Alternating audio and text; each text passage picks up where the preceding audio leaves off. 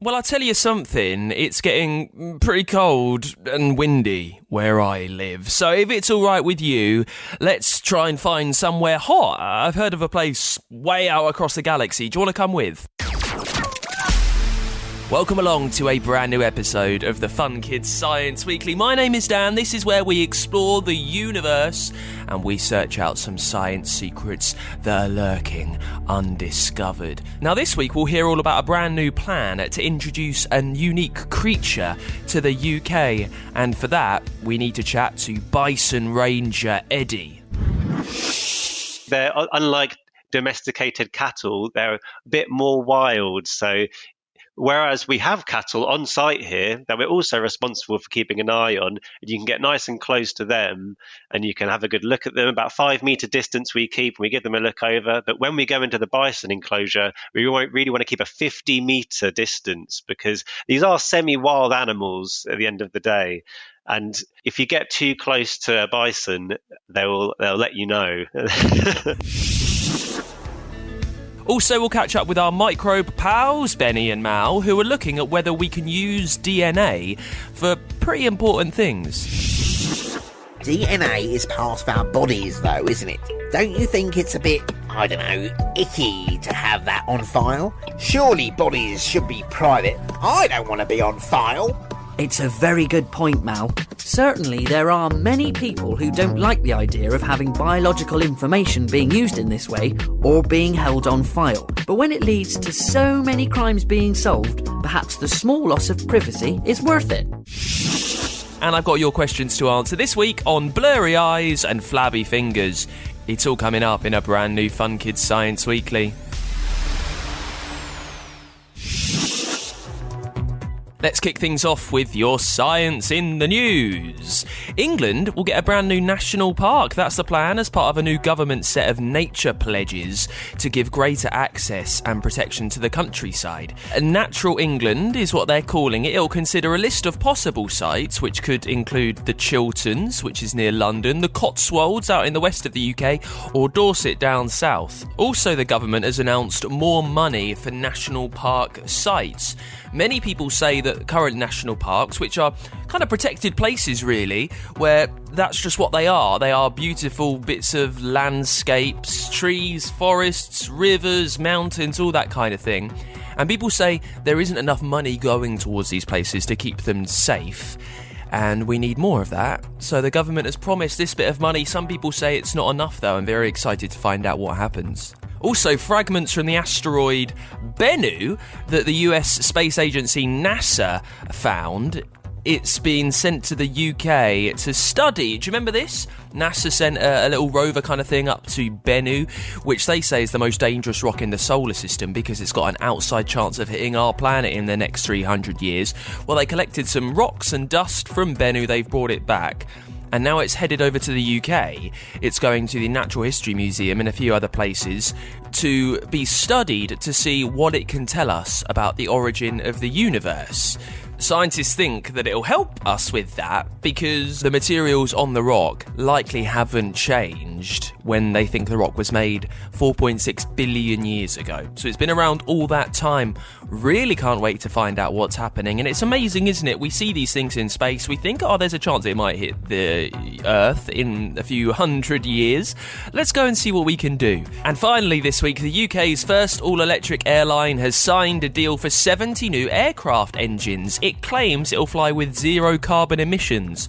Now, EcoJet was started back in July by Dale Vince, who is an entrepreneur in the renewable energy sector. He's even been on this show. You can listen to that episode from a few years ago when we chatted to him about green energy in football.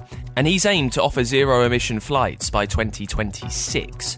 This is a big deal because one of the things that humans do that most impacts on emissions and greenhouse gases and the climate crisis is flying, because it burns a lot of fuel, pumps all that gas into the atmosphere. So if we can do that with zero carbon emissions, that's a brilliant plan. I'm interested to see what will happen with this new idea from Dale. Let's check in with Techno Mum then. She's one of our favourite gadget geniuses on the show, don't you know? She knows all about technology and gadgets and things that we use every day, how they are made, who made them, and how they might be changing in the future. This week, it's all about keeping warm, which is very good.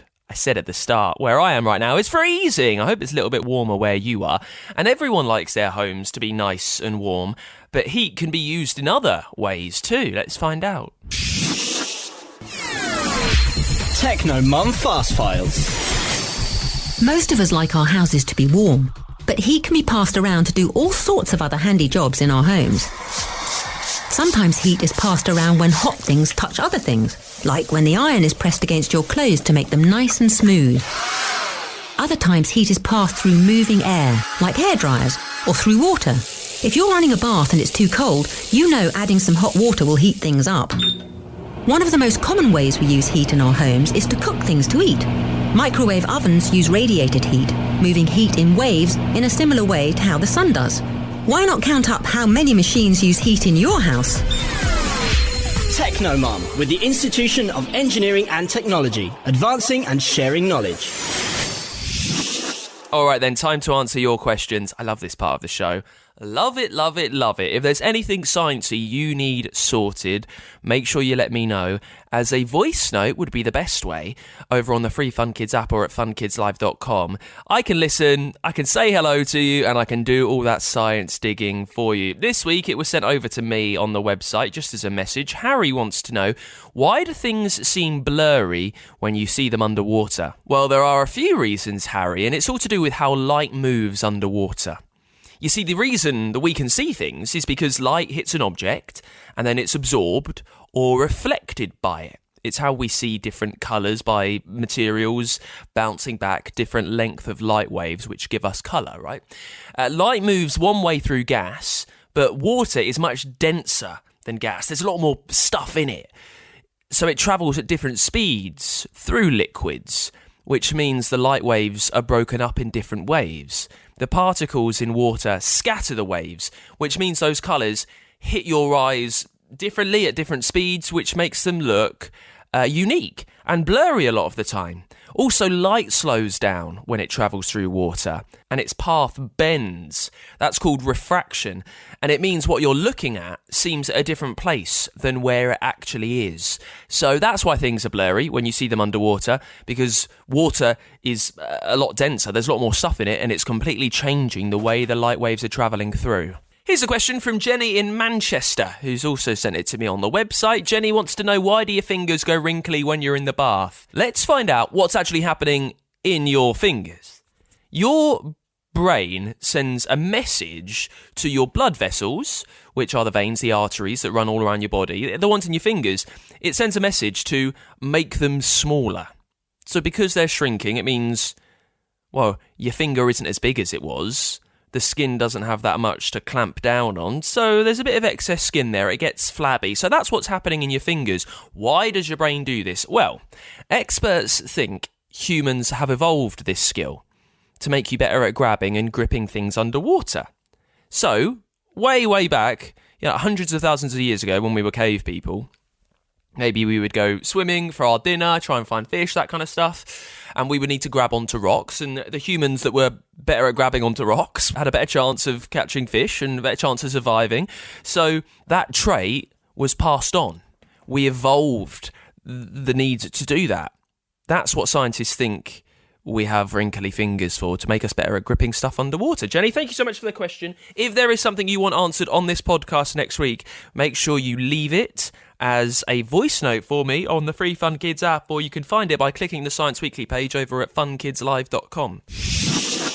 It's the Fun Kids Science Weekly. Now, this week we're learning about a brilliant project to create a safe space for a very special animal, and it's one that you might not think about too much if you live in the UK. Let's find out more with Eddy Murray from Kent Wildlife Trust. Eddy, tell us your job. So I am a Bison Ranger over in West Blean. A Bison Ranger. Now, I know you're involved with a very special project with Kent Wildlife Trust, who have partnered with the Wildwood Trust. But I just need to know, How do you become a Bison Ranger? Well, I actually volunteered with Kent Wildlife Trust for a few years before I got this job, and I also did a year-long internship as well. So that's carrying out like habitat management with the estates team. So did that for a year, and yeah, here we are.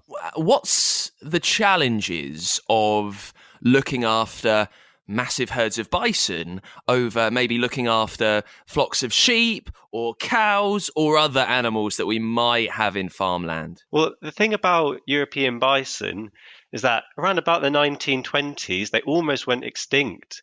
So there are only about 12 of them left, really, in captivity. And so they used those 12 to replenish the population. But it does mean that they can be susceptible to some diseases because their genetics aren't as diverse as you'd want them to be. So this means that they need to be checked on every day if you can. So you can keep an eye on their condition and their health and make sure they're moving and eating well. So bison, just at a very basic level, just take us through the differences of the actual animal. Because we don't see many bison out in the wild, especially where I live, wandering through the woods. So I don't know as much about them as I do of other creatures that we might see. So just run us through that if you can. So the bison are almost like big woolly bulldozers. So they've got these big, huge shoulders. They look like they've skipped leg day at the gym. It kind of tapers off down to the hips, but they've got these huge fronts. And it means they're like a giant wedge. And what they do is they push themselves through the woodland, and they can just break down like small trees and bushes, and they create these big open spaces with their huge bulk. And they've got horns, and they get a big, thick, woolly coat as well. And yeah, very big, impressive animals. How intimidating are they as a creature? We can figure out how some animals might react if we get too close. For instance, if we're near cows, you don't want to get in between a cow and its child, really. So we know to stay away from that. What are bison like when you're there acting as a ranger trying to take care of them? So in many sense, they are similar to cows. They're large, four-legged hoofed creatures, but they're a bit taller, so they can be a bit more intimidating in that sense. So the big shoulders give them a big height. And also they're, unlike domesticated cattle, they're a bit more wild. So whereas we have cattle on site here that we're also responsible for keeping an eye on, and you can get nice and close to them and you can have a good look at them. About 5 meter distance we keep and we give them a look over. But when we go into the bison enclosure, we really want to keep a 50-meter distance because these are semi-wild animals at the end of the day. And if you get too close to a bison, they'll let you know.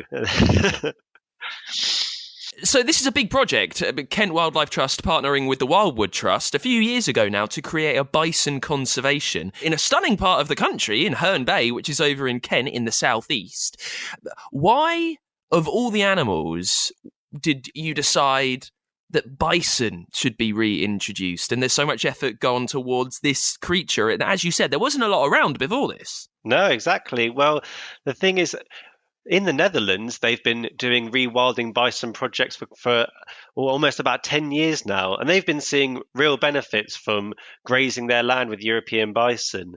And also, they're great animals because, not only are they grazing the land and they're chomping down the vegetation that we want them to, and they're keeping areas, short, keeping regrowth short when we want open areas, but they're also smashing through dense areas because one of the things about the woodland is that a lot of it is about light levels, and the woodland has grown with us, us humans. Like, we cut down a lot of the trees, and this creates open areas, and this is actually really beneficial to wildlife. So you want the woodland to be a dynamic environment with different trees of different ages and different densities of vegetation. And the bison is so good at just creating some open areas, and they're ripping down small trees. And they're just, like we said, we call them the Swiss Army knife. They've got so many beneficial behaviors. And they're just slightly different to cattle in the sense that they don't smash around as much as the bison do. So they're just a little bit more aggressive, throwing themselves around and just making the woodland a bit more of a dynamic environment. And they're just excellent ecosystem engineers in that way. Amazing. It's always great to hear about different ideas that we're having to help not just where we live, but also the massive world around us. And it's been a real treat. Ranger Eddy, thank you so much for joining us. Oh, thank you for having me. It's been really great. Thank you. For this week's Dangerous Dan, where we look at some of the most mean, weird and strange and deadly things in the universe, we are headed deep into the desert to uncover the mystery of an extremely unique animal. There is an animal that lurks across deserts throughout the world, which goes by many names. One of them is the camel spider. Another is the wind scorpion. Thing is, they're not truly a spider or a scorpion. They're actually salpugids, which are a type of arachnid. These ones grow to about 6 inches long. They're about the size of a teacup. Normally, they are a reddish or a sandy colour, and that helps them blend into their environment. They've got 8 legs, and they use them well. They can run at 10 miles an hour, staggeringly quick for a creature like this. Now, they're strange because online, through the years, rumours have been spread around that these animals would eat humans who were maybe at war across the desert. Soldiers were terrified of them, or even that they would munch on camels. There were also myths that they were massive and that they could drag down huge mammals and that they could run even faster than they do. And I'll say it again, 10 miles an hour is very quick speeds to run at. Now that's not true, but they are beastly because their jaws are almost half as big as their body and they use them, snatching at the victim, grinding its jaws in a way quite unique. It crushes, it chops, it saws its prey down to mulch. So this mysterious creature, not quite a spider, not quite a scorpion, who has had many myths made about it, in reality is quick, it's devastating, with a huge powerful jaw, and that means the salpugid, the camel spider, the wind scorpion go straight onto our Dangerous Dan list. Before we finish up this week, let's check in with our microbe friends Benny and Mal. They are tiny little microorganisms. Usually they live inside your body, they help digest and break down food, but recently they've been helping us think about some tough questions, some demanding dilemmas. It's an ethical dilemma. That's a difficult choice about the right and the wrong thing to do. And this time it's all about forensic DNA. Benny and Mal's Demanding Dilemmas, with support from Nuffield Council on Bioethics. All right, Benny and Mal here. Yeah. We're teasing out a few demanding dilemmas for you. Big word, isn't it? Dilemma. It just means having a difficult choice to make. You choose, like whether to spend your pocket money on a comic or some sweets. Good example, Mal, and you might not know this, but an ethical dilemma is a difficult choice about the right thing to do. You choose. Here's an ethical dilemma for you. If the shopkeeper gives you too much change but hasn't noticed, should you tell them or keep the money? And here's where it gets really interesting. Some ethical dilemmas are about difficult choices we have to make about how we use science. You choose. Dilemmas about science. Not sure I get what you mean there. Science is all around us. It helps us do a massive amount of stuff, but just because we can do some things, well, that doesn't mean we should. Yeah, just because we could keep the extra change from the shopkeeper doesn't mean we should. Stealing is stealing, if you ask me. You choose! Oh, I really am up to my limit with that sound effect, Mal. Where was I? Forensic DNA. We're at the scene of a crime. This house has been broken into. What a mess! How can you tell it's been broken into? Bloomin' heck, you'd never make a detective, would you? Well, for starters, there's a dirty grate hole in the window and a load of broken glass. Don't touch it! That could be evidence. What, the glass? Yeah, but there might be fingerprints or DNA on it. That can be evidence too. Forensic evidence. Hang on, I know all about fingerprints, but DNA is like information inside our cells. How can that be evidence? Well, like fingerprints, everyone's DNA is different.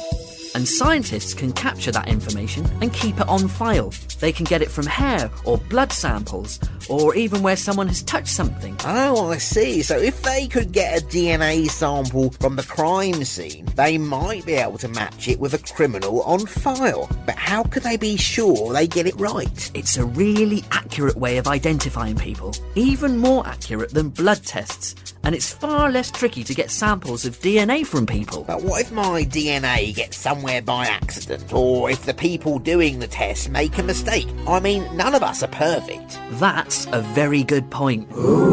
If DNA evidence is to be used, we need to be sure that it is accurately collected and analysed. The good thing is that it does lead to a lot of crimes being solved. It also goes the other way too. Some people who have been convicted and jailed for crimes can be proven to be innocent thanks to DNA profiling. No one wants to be punished for something they didn't do. DNA is part of our bodies though, isn't it? Don't you think it's a bit, I don't know, icky to have that on file? Surely bodies should be private. I don't want to be on file. It's a very good point, Mal. Certainly there are many people who don't like the idea of having biological information being used in this way or being held on file. But when it leads to so many crimes being solved, perhaps the small loss of privacy is worth it. That's what some people think. Others disagree. So, as you can see, it's a right old dilemma. A demanding dilemma. A positive brain-busting bioethical bamboozler. I wonder which side you'll agree with. You choose. Benny and Mal's Demanding Dilemmas, with support from Nuffield Council on Bioethics.